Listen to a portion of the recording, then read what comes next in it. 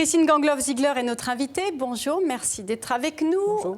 Vous êtes la vice-présidente de la conférence des présidents d'université. Vous êtes également présidente de l'université de Haute-Alsace. Alors tout à l'heure, j'ai dit 13 universités, mais j'en ai compté 15 en réalité. Mais vous me dites qu'il y a là plus que cela, que cette fronde est plus large. Oui, tout à fait. La fronde est plus large, si on peut appeler ça une fronde, puisque la conférence des présidents d'université, à l'unanimité, a demandé la suspension de cette mesure pour pouvoir entamer une concertation. Nous avons été satisfaits que la ministre accepte d'élargir le périmètre de la concertation qu'elle avait envisagée et nous tenons fermement à cette position-là parce qu'il nous paraît nécessaire de pouvoir véritablement discuter de toute la signification que peut avoir cette mesure et pour véritablement permettre aussi aux universités de construire une stratégie, de stabiliser un ensemble d'accords aussi permettant de mettre en place des exonérations. Qu'est-ce que vous craignez au juste avec ces augmentations de tarifs ? L'augmentation des tarifs a généralement pour effet une éviction d'un certain nombre d'étudiants, puisque le Danemark et la Suède ont testé ce modèle et lorsqu'on regarde le rapport de la Cour des comptes, l'effet d'éviction a été de l'ordre de 35% d'étudiants étrangers. Les inscriptions se terminent bientôt, il me semble, en février. Est-ce que c'est juste et est-ce que vous avez déjà remarqué un fléchissement des inscriptions ? Alors les inscriptions s'arrêtent normalement effectivement fin janvier. Elles devraient être prolongées jusqu'à mi-février d'après le ministère. Ce ne sont pas les inscriptions dans les universités. En fait, c'est les inscriptions au niveau de Campus France. Nous, pour le moment, nous n'avons pas de chiffres nationaux, mais nous avons certains retours d'un certain nombre d'établissements qui constatent déjà des baisses importantes, notamment dans certaines filières de demande d'inscription.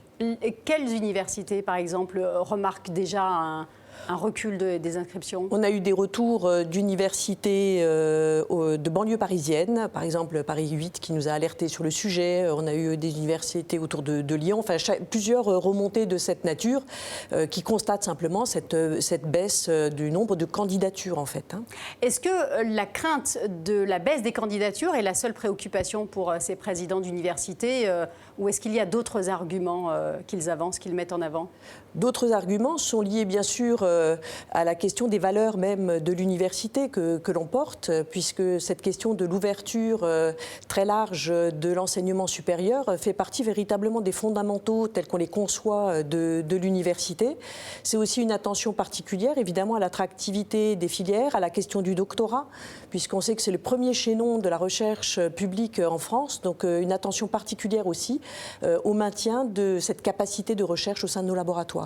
Quel sens vous donnez à la stratégie du gouvernement qui, d'un côté, a un plan pour essayer d'attirer davantage d'étudiants étrangers. Actuellement, nous sommes à quelque chose comme 324 000 étudiants étrangers présents en France. Le gouvernement espère en accueillir 500 000 en 2027. Est-ce qu'il n'y a pas un peu une contradiction entre cette volonté affichée et puis ces hausses tarifaires ?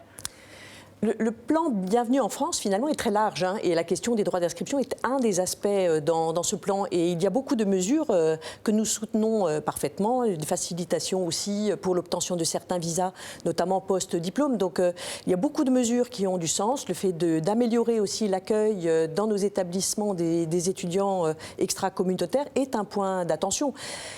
Simplement, les droits d'inscription focalisent évidemment l'attention parce que c'est aussi un changement de paradigme tel que le souhaite le ministère. Alors, quels sont les leviers, au fond, de vous, président et président d'université, pour ne pas appliquer ces mesures ? Il y a tout un panel de possibilités d'exonération qui sont prévues, des coopérations bilatérales, mais encore faut-il, on le disait tout à l'heure, les stabiliser. Et le temps nous manque, vu les délais qui sont imposés dans ce cadre-là. Il y a la possibilité aussi, au sein de l'établissement, par la détermination d'un certain nombre de critères, de prévoir ces exonérations qui, pour le moment, sont calculées sur l'ensemble des étudiants de l'établissement à hauteur de 10%. Alors, on a vu que les étudiants africains forment le plus gros du bataillon. 40% des étudiants étrangers en France viennent de pays africains. Est-ce que vous pensez qu'il y a une volonté de la part du gouvernement aussi de revenir sur les quotas des étudiants étrangers ? Je ne pense pas que ce soit l'objectif et je dois dire que là, le ministère des Affaires étrangères a une attention particulière aussi sur les pays africains et les étudiants qui en sont originaires. Donc je ne pense pas que ce soit l'objectif en soi, mais c'est de considérer qu'il y aura un nombre d'étudiants internationaux en mobilité de plus en plus important au niveau mondial, que la France souhaite évidemment être attractive dans ce cadre et qu'il cela suppose aussi de mettre en place tout un ensemble de dispositifs pour mieux accueillir les étudiants internationaux. Donc la question du droit d'inscription qui viendrait financer un meilleur accueil peut-être se poser, mais cela suppose véritablement qu'on traduise ou qu'on réfléchisse cela comme une stratégie d'internationalisation de l'enseignement supérieur. Alors puisqu'on en est au niveau des chiffres, combien va rapporter ce surplus, cette augmentation? Est-ce qu'on a une idée de ce que ça pourrait rapporter aux caisses des universités?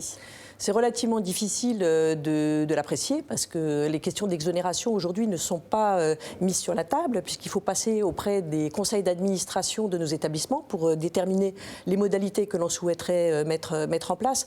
Certains chiffres circulent qui pourraient être de l'ordre de 120 millions d'euros pour l'ensemble des établissements, mais c'est un chiffre qui est évoqué par le ministère, mais sur lequel nous-mêmes, nous n'avons pas travaillé. Et les universités françaises en auraient besoin de ces sommes supplémentaires pour moderniser? La question du financement des universités est certainement une question qui est distincte de celle des droits d'inscription. Donc la question du financement des universités reste évidemment un sujet et suppose de déterminer aussi quel est le contrat qui est passé entre l'État français et ses établissements d'enseignement supérieur pour mettre en place cet enseignement supérieur, mais aussi cette recherche. Alors, ce qui est clairement aussi posé en filigrane, c'est quand même la compétitivité ou l'attractivité des universités françaises. Est-ce que vous pensez que les universités françaises sont en mesure de concurrencer les plus grands établissements, les plus prestigieux à travers le monde? Et est-ce que vous avez, au niveau de la conférence des présidents d'université, des propositions à faire pour améliorer l'accueil des étudiants? D'abord, je crois que la France est très attractive du point de vue de son enseignement supérieur, puisque nous sommes la quatrième destination mondiale et la première destination non anglophone. Donc les universités françaises sont particulièrement attractives et je crois que l'améliorer est évidemment un objectif qu'on peut avoir collectivement, parce qu'il s'agit aussi d'une forme d'investissement diplomatique de la France de ce point de vue-là. Des propositions, bien sûr, il y a une réflexion qui est menée, qui est d'ailleurs constante, sur ce plan-là. Il y a ce travail qui a été évoqué dans le cadre du reportage autour des universités là on parlait franco-égyptiennes, mais il y a tout un ensemble de projets qui se développent aussi dans ce cadre-là. Mais c'est aussi ce travail qu'on a fait pour améliorer l'obtention des visas, et c'est des discussions qu'on a avec notre ministère, et ça fait partie de réflexions communes. Merci beaucoup Christine Gangloff-Ziegler d'avoir répondu à nos questions.